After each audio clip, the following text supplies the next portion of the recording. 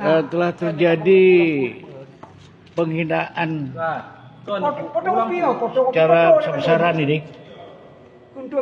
Masya Allah, ini tanda-tanda kiamat ini.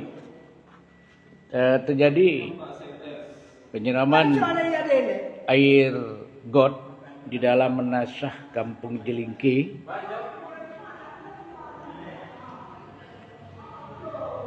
Nah, kita lihat. Ini sudah bukan pekerjaan lagi. Ini pekerjaan Yahudi ya.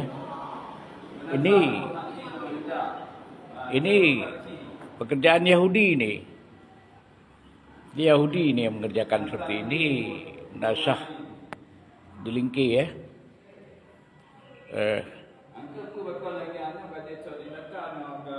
Dia sudah bukan lagi air parit, ini air got di dalam nasah kampung. Ya. Oke, para pion lebih sekalian semua di mana berada, moga-moga kita lihat sangat luar biasa.